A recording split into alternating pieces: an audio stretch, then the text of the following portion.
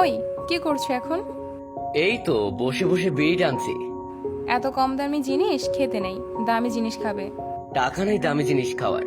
বিড়ি বাদ দিয়ে আরো ভালো আর উন্নত মানের সিগারেট আছে, ওগুলা খাবে এখন থেকে।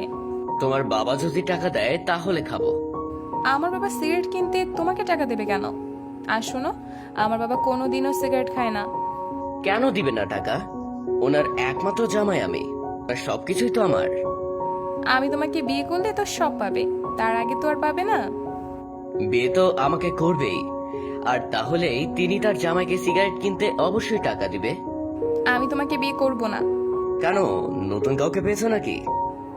পেয়েছি, তোমার থেকে অনেক ভালো, ওই স্মার্ট।